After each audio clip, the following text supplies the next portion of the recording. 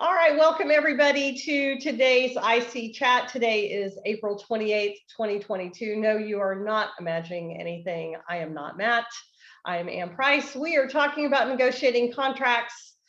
We have as our guests today, Kathleen Sullivan, Jenna, and Bonni Blarkham. So I have some questions for you all, but before I get started, I'm going to ask you guys to introduce yourself. So Kathleen, you're first on my screen, so I'm going to start with you. Thank you. Kathleen Sullivan. My business is Fine Gauge Strategy. I'm located outside of Boston.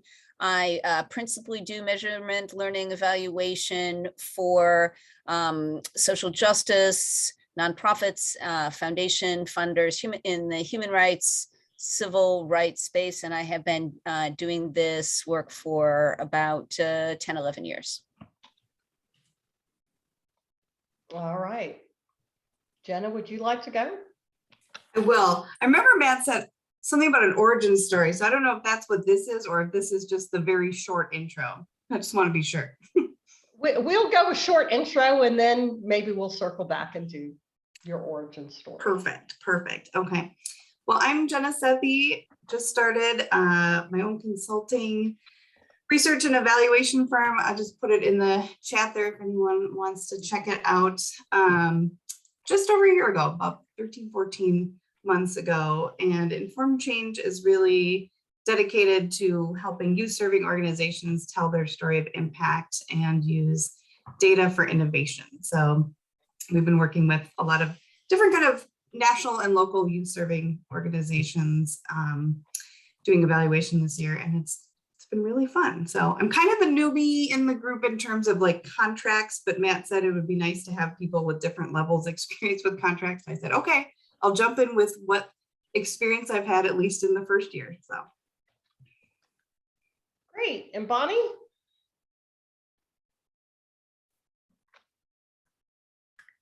Okay.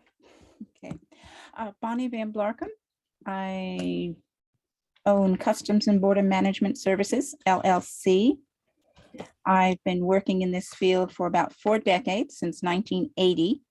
Actually created the firm just in 2019 as a requirement of a contract I won. So I've been an official organization for 2 years. I work in the international area. The firm manages, designs, implements, monitors, evaluates customs reform, technical assistance activities predominantly, projects and programs. I advise governments and stakeholders and was recently appointed a revenue administrator advisor to the International Monetary Fund. And I've worked in 48 countries. Wow.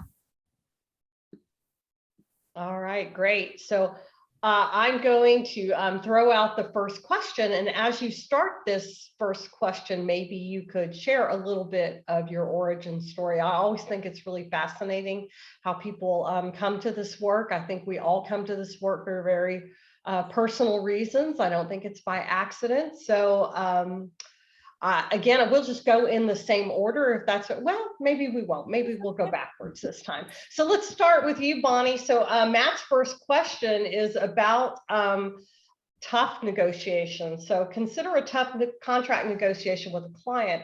What made it tough? What were the sticky points? How did you resolve it? And what were some lessons you learned? And maybe you could start with your origins story and then move into that very complicated question. The origin story is working as an independent consultant for decades and had a contract that required me to incorporate. I did. I've got a couple master's degrees, a PhD, did a law school course, and have certificates from the World Customs Organization in Australia Center for Customs. So that's my background. One of the toughest aspects of my work is trying to negotiate if I'm going to participate in the technical proposal for the activity. Often I'm subcontracted by other firms. I have preferred that because I get to do more of the technical work instead of the administrative work and the financing and the accounting. And so I go in as a subcontractor and when I negotiate my work with that company, one of the toughest aspects is, do I write the technical proposal? And there are 3 examples I could give. One, I was asked to write it, and I said, okay, how much will you pay me? And they said, well, we'll pay you if we win the contract. And I never heard from them again. I don't know if they told me they didn't win the contract, but I didn't follow up, but I didn't know. Another one told me, okay, we think we've got the inside track on this. We think we're going to win it, but we need the contract, the technical work written. And I said, okay. And it was a long-term assignment. And we negotiated a flat fee for the technical writing, paid for the technical writing, and then got the contract and implemented it. So that went well. Another one just 2 weeks ago, we want you as on our proposal, but we need the chief of party to write the technical part. I said, well, how much will you pay me? Nothing. Okay, well then I don't want to be chief of party. How about the other position? Okay, we'll put you in for that. Well, intercooperation between collaboration on the other parties, I wasn't selected. So I may have lost that position because I wasn't willing to draft the technical proposal without payment. Another one, a Tbilisi, Georgia firm, PMCG, asked me to write the proposal. And they gave me half of what I wanted, but the assignment looked really good. And they paid me for that assignment. We won the contract and implemented it. So lessons. I go in with the right mindset. I identify what are the firm factors. How do I understand what the client's needs are and what are their constraints? And then I also know what I want, what I'm willing to invest, my strengths and weaknesses, but also my constraints. And then there's the soft factors. How does the client negotiate? Are they firm up front or very tough up front, but willing to negotiate or change what they've said? And then and the soft side from my perspective of what are my red lines, the bottom line of what I'm willing to give. For the Tbilisi, Georgia contract, the assignment was great, so I was willing to take half the pay for writing the technical. So on the other assignment where I lost the chief of, or I wasn't willing to take the chief of position without payment, I lost the whole assignment, but it wasn't all that great to me. So it's knowing what I want from the assignment and what I'm willing to give. Gotcha. All right, Jenna, let's move to you. Maybe if you could just share your origin story and then answer that question maybe, and considering a tough negotiation contract, what made it tough, maybe some top of mind things there. Sounds good.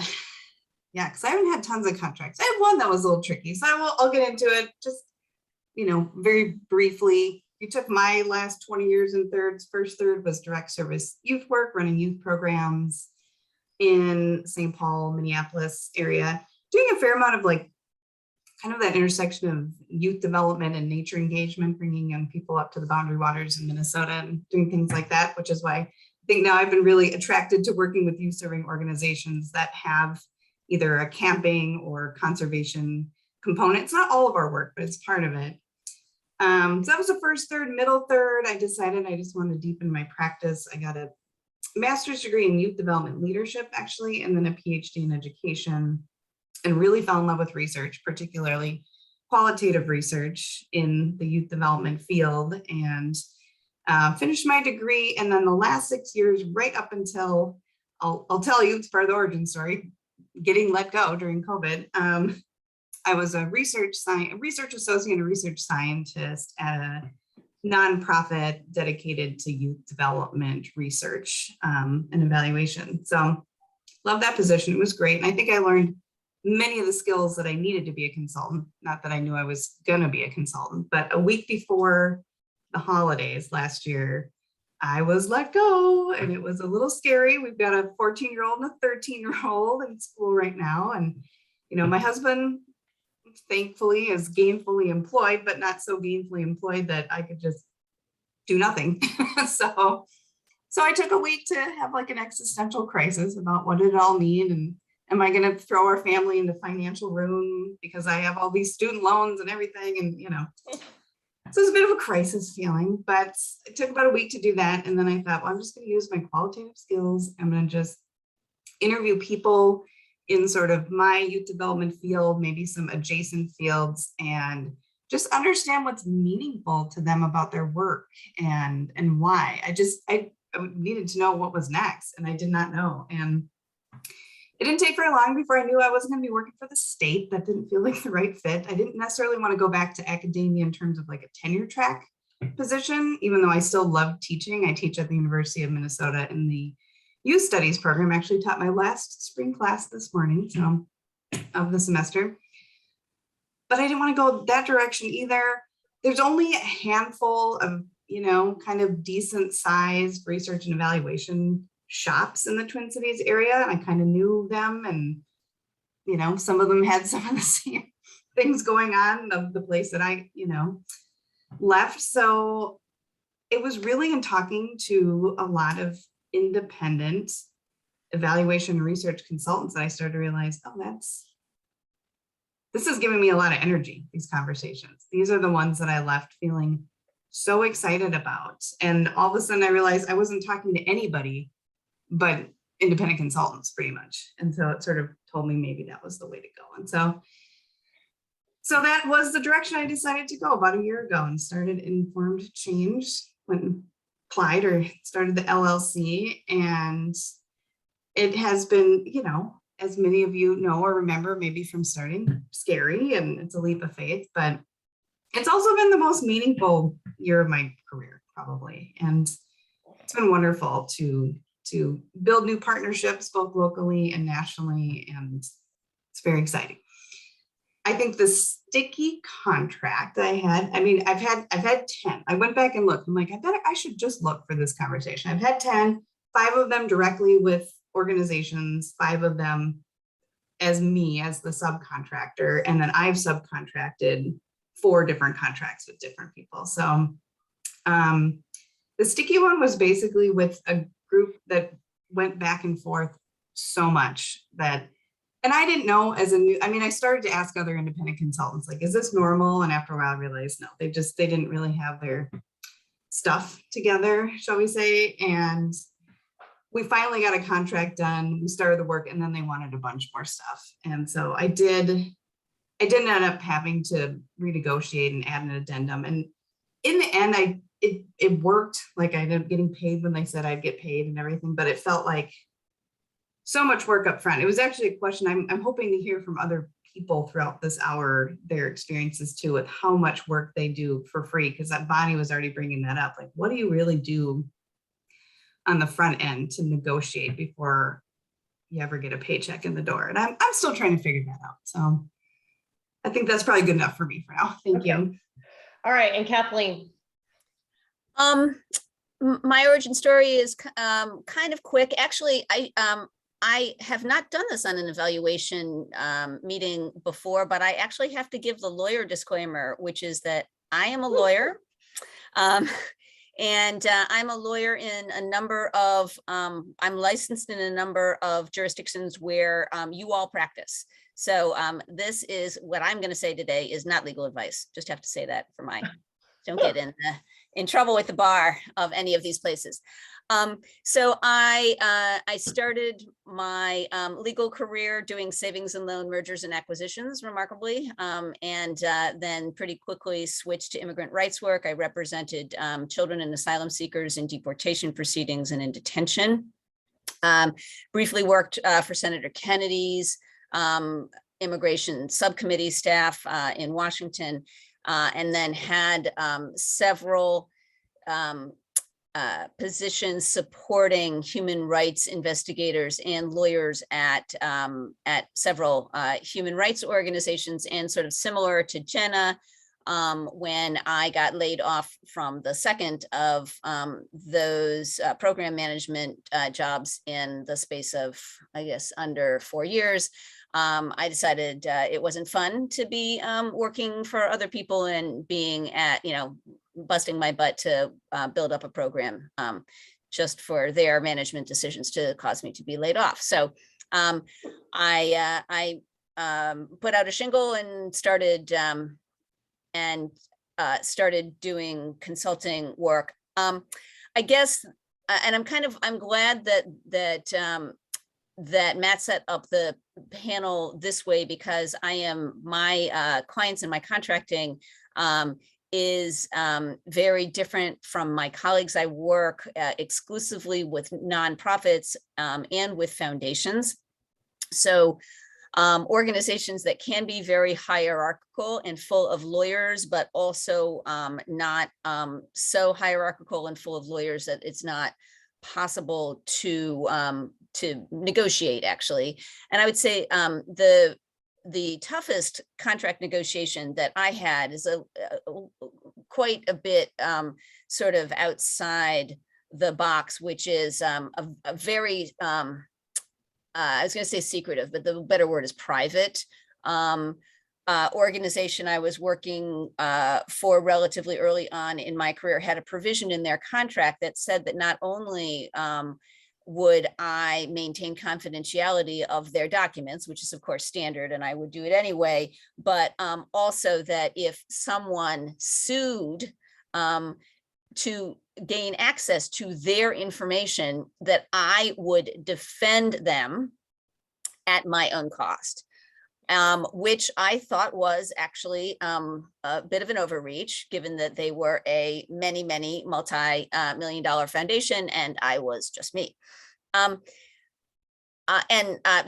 I went to the program officer who I was doing the project for, and I said, I'm a lawyer, I read these things, nobody can tell me that it's just in there and it's our stock thing and everybody signs it, because I'm not going to sign it. I mean, you have big lawyers, this is meaningful, I'm not signing it. And they did negotiate with me. Again, it was a weird situation. They did negotiate with me, and it got to a satisfactory place. But I think the lesson that I would take from that, and sort of an overarching lesson that I would want to sort of bring to bear to the conversation is, don't fuss with the lawyers. If you have any other choice, don't fuss with them. Don't fuss with the contracting agents. Don't fuss with the lawyers. Go directly to the commissioner of the evaluation. This is the person who wants to hire you and thinks your expertise is worthwhile. And say to them, you've got to deal with this. You have to make this okay for me. And just sort of, hold your guns, because most of the time the commissioners of evaluations have no idea what those contracts say. And they're not behind them. I mean, they're not asking for these provisions. And usually if they want to, what I've found at least with foundations and with nonprofits, cooler heads will prevail, and they'll, at least talk with you about the real outrageous stuff. Awesome. All right, so we have several more questions that Matt has. So I'm going to ask you guys to be very brief so we make sure that we have time to engage everybody in the conversation. So I'm not going to go in the exact order Matt has. I'm going to start with this question because I think it's very kind of an easy way to answer. And Jen, I'll start with you this time if you don't mind. So do you have a contract template that you use? well, yes and no. No, I don't have one that I've used like with organizations. I do have a subcontractor template. Should I say it that way? Which I've adapted from awesome Cheryl Holm Hansen, who's in the group today, because we've done some work together, and she was kind enough to let me use one that she's created that I think is great because it has a lot of mutual language, and maybe you'll end up talking about that later, Cheryl, but I think it's really nice because it's about the relationship and the mutuality of the relationship. But no, so I can keep it brief. I have not created my own contract to use. I've so far only worked with businesses or organizations that already have one and asked me to sign theirs. Awesome. Bonnie, what about you? Do you have a contract template?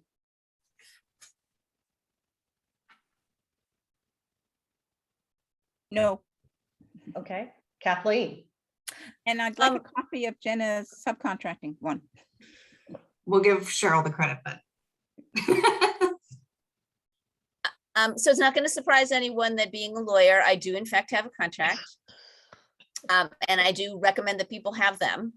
I find it advantageous regularly to not only have a contract template, but also to offer it first. So particularly with a smaller organization, I mean, with like when I've worked for very big foundations, you know, they've got general counsels, that's not going to work. But for the smaller nonprofits that I work with, they are happy to have me do the work of giving them a contract. And that means that I know that it's vetted and that it's fair, and that all of the provisions that I want to see, and we can at some point we can get to this, and if it's attractive to people, particularly with sort of semi-tricky things like intellectual property, I want to know that the provision that I sign is going to be good for me. One other thing that I would say about that, and I realize we're trying to keep it quick, I not only would I recommend everybody having a contract, but I also would recommend that you have that contract reviewed by a business lawyer in your state. I'm a lawyer by background. I've been a lawyer since the mid 1980s. Contracts is not my background. And when I wrote my own contract, of course, because I did what I'm sure a lot of you did, which is to borrow pieces from various different clients and colleagues. But then I gave it to a business lawyer who I had worked with, who is admitted in Massachusetts, which I'm not, and asked him to review it. And he liked most of my provisions. Some of them he didn't, tweak some of them, but the law of contracting is different in different states. And it's, I think, you know, for a few hundred or maybe at maximum a few $1,000s, having a lawyer review it is just really good peace of mind. So are there key parts to that? And maybe Kathleen, maybe we'll start with you for this one, since you definitely have a contract. So are there key parts to that contract? It seemed like you started to say maybe there are some key things that you would definitely include.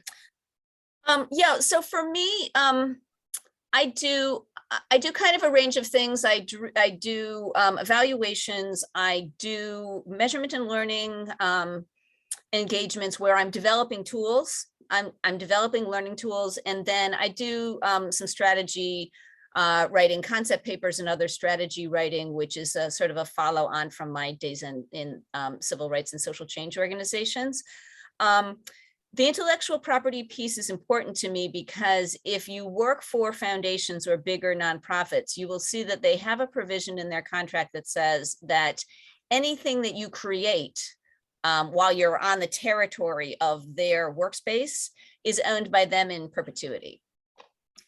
That's ridiculous for a whole variety of reasons. It's actually not good for them, which is what I point out. But I mean, for those of you, I see some people, I see some people smiling. For those of you who've been here, you know why it's ridiculous from a business sense, because, you know, I am taking stuff that I developed 7-8 years ago, and I am contributing it to this project. And so if I sign an agreement saying that this thing, that this tool that I put together for you, I can never use again, that increases the price to every single solitary client if I've got to be developing tools, completely from scratch. So I put together a provision which essentially says that it's if I develop a tool for you, you get a perpetual right to use it. You can use it. Your associates can use it, your board can use it, your subcontractors can use it, all with all crediting me, some tiny little byline, but that you don't own it. And that permits me to go forward with my intellectual property intact. And one other thing, and I was thinking about this, and Jenna and Bonni, when Matt asked us about sort of contracts, kind of contract conflicts and contracts going south. I had I think it is important within your contract, or in any event, even if it's not in your contract, within your negotiations with the client, to have a very clear idea of who you are reportable to, who your client actually is. And that's that might sound kind of silly and academic, but I'll give you the example that brought this to light in my work. I had an engagement for, this is about 10 years ago, 10 years ago. I had an engagement for a nonprofit organization, big nonprofit organization, that I had done work for before. I had relationships within the organization. I had relationships at the board. I knew a number of board members, and I knew some of the staff. The board wanted an evaluation of a couple of parts of this organization's work because they were contemplating making some major changes, and the staff was more or less on board with that. But it's not the way that they would have chosen to spend their money, but the board wanted it. So my colleague and I did some original meetings with, scoped out this evaluation, had an evaluation plan, had a contract, good to go. And then the client disappeared for months. The client was in a situation where they do a lot of legislative work. There was a very big legislative thing happening. All of them completely disappeared. So fast forward 2 months later, when our engagement really hasn't gotten started yet, and the chair of the board calls me up and says, Kathleen, why has this not gone forward? And we said, well, we have been asking the ED every 10 days, when are we going to start the project? When are you ready to start the project? And we're hearing nothing. And the board chair said to us, well, why didn't you come to me? And it's like, I don't think you're my client, actually. I think my client is the chair, is the executive director of this organization. So how about you take it up with the executive director of the organization that you're the board chair of? I don't know, very long way of saying, know who it is that you're reportable to and get it in the contract. Yeah, absolutely. So those are some great key points. Before I ask the next question, I want to give Bonni and Jenna an opportunity if they have any key points they would want to think about for the contract. Okay. All right. Well, I want to move on to this question because this, oh, sorry, Bonni, were you jumping in? Yes. Go ahead.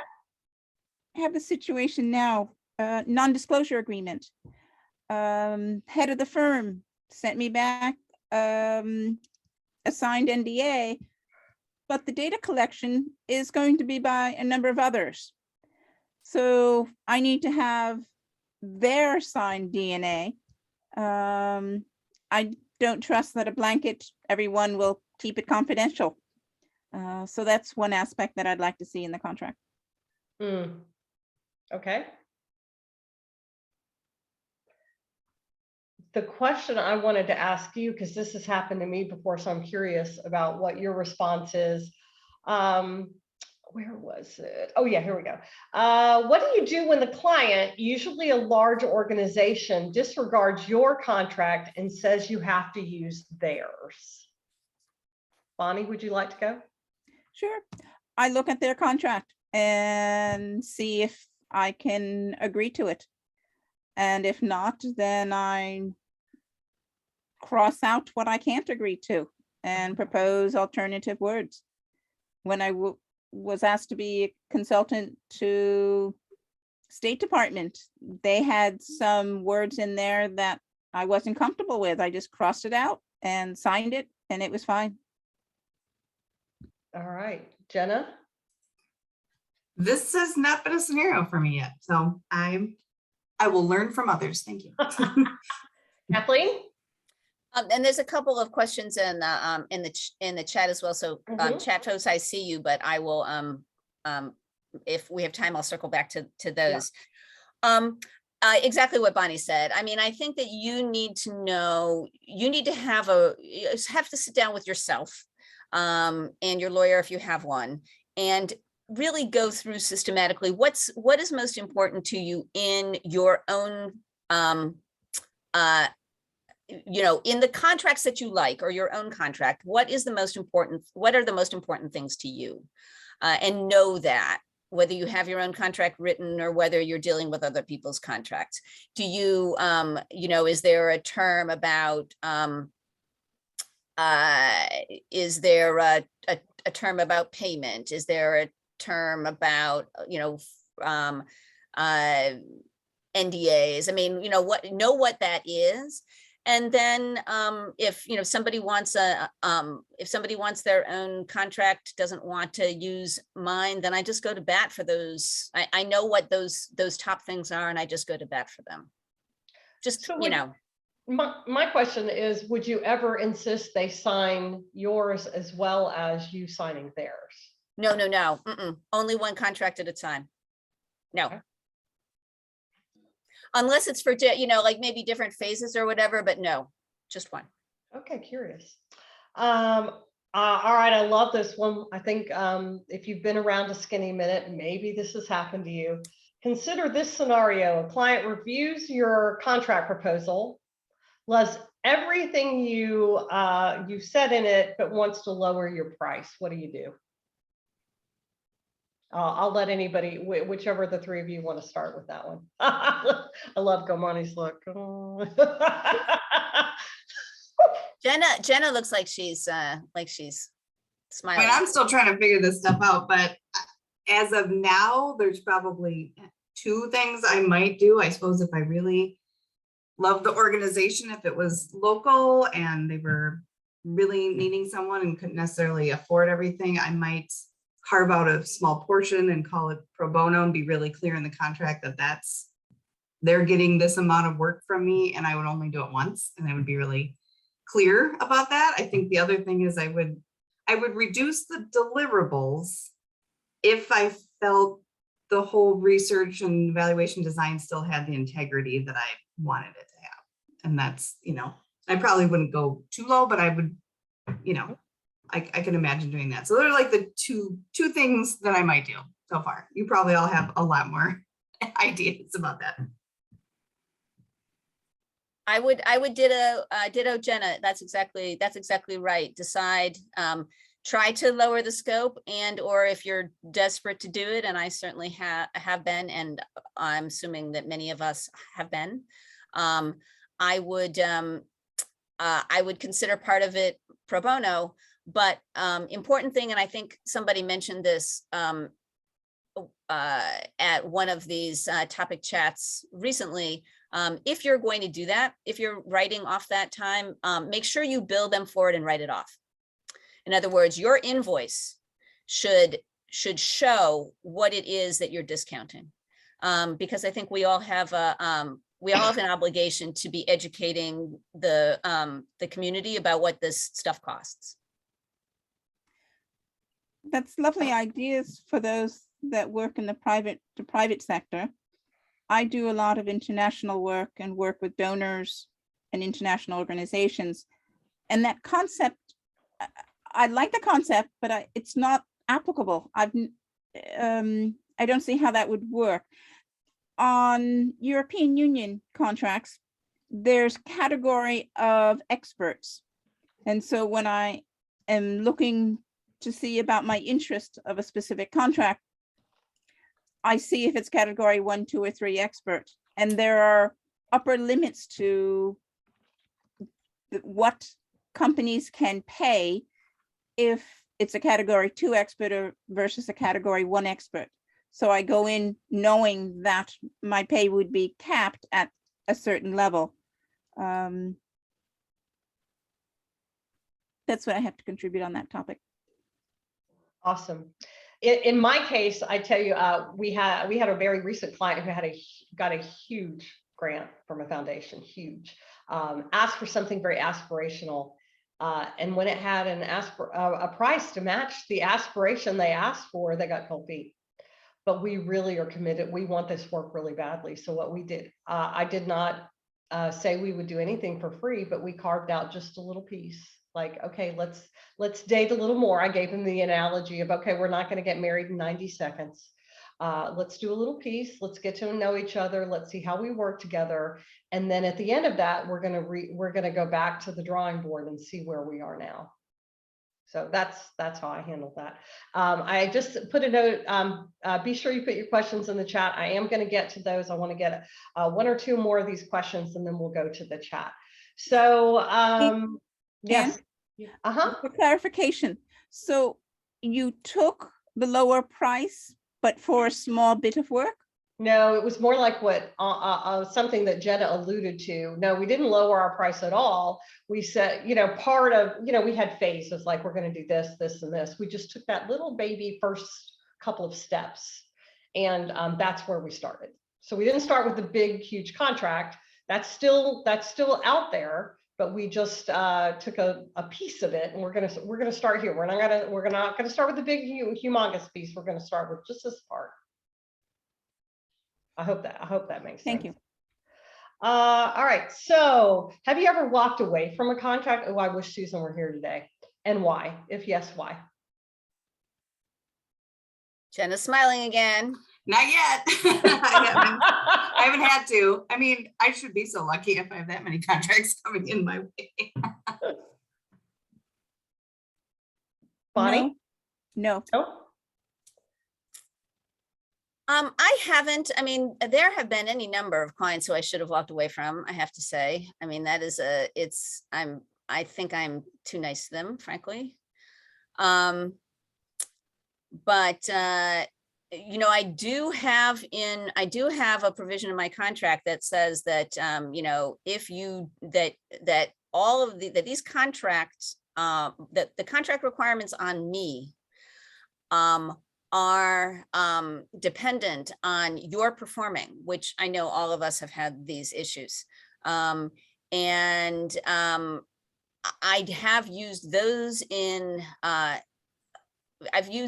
on occasion, people who sort of feel like they can start a project and then disappear for a couple of months. And I've called them up and I've said, listen, our contract does in fact recite that time is of the essence. And you have to know that I can't take on more clients if you're stringing me along. And that's another reason to have stuff like this in the contract, is because even though it's good business practice and it's just good being a human being, people tend to take it more seriously if they've actually signed the stupid piece of paper. So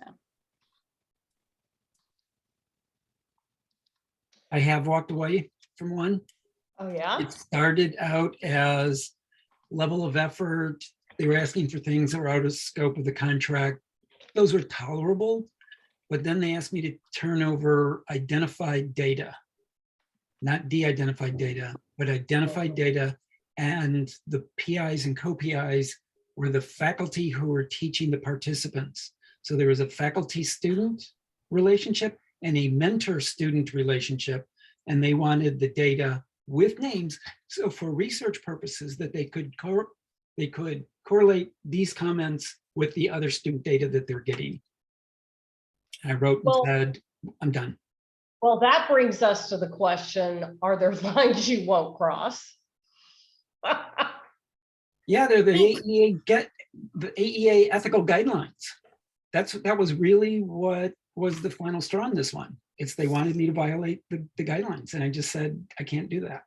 So that was how does that even get through an IRB? I mean, your IRB would prevent that, wouldn't it? This was just in the middle of the discussions about data and data collection and what did we find, and oh yeah, we want your data. So it was very, and it just, Kurt, The did you have, the contract we have was very open, very loose, but no, I just knew that I was not going to, because I promised the students when I interviewed them that this was anonymous.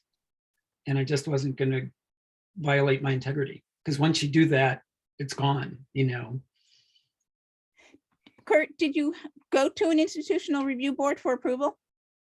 It did, it was with the university, and you know, they did at the time a proposal, went through all of the protocol and things like that, not in detail, but enough to get the approval for the proposal.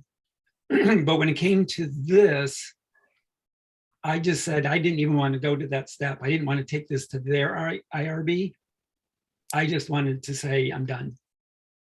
May I ask Kurt if they would have wanted you to match the data, since you know the people, they wanted to match data, but you want to keep it de-identified. Is that a possibility? 'Cause I'm trying No, to. they had an internal researcher Oh. who was collecting the data. A young academic who needed publications. Wow. Any other lines thou shalt not cross?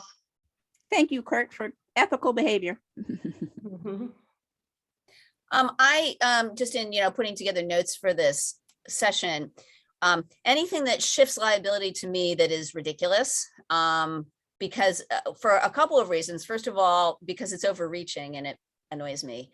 But the other reason that I'm always keeping in the back of my mind is that my liability insurance is not going to cover me for taking on outrageous liability for them. So that's actually been sort of a way that I've been able to push back, been able to say, listen, I have liability insurance. It's not going to cover my doing this, Mhm. in addition to the fact that you're being outrageous. Can So you I share an wanted- example? I'm just curious as I'm learning of something that would feel outrageous, and since I haven't seen many contracts. Well, I mean, let's just say that that the work that you are doing is sort of guiding work of staff of the client organization. You don't want to got it. be responsible for, their if they go off and get into a car accident, or if they are, nasty or abusive to someone. I mean, you don't want to take on, now you very well may have to take on liability of people who work for you. That's a different thing. And your liability insurance, if it's written that way, will cover that. But, your client staff are not reportable to you in that way. And I'm pretty confident that your liability insurer would never cover that. That's helpful. Thanks. Can I just add that everybody who is a practitioner should have an insurance agent that they have a conversation with about Yes. the work that you're doing, particularly in our field.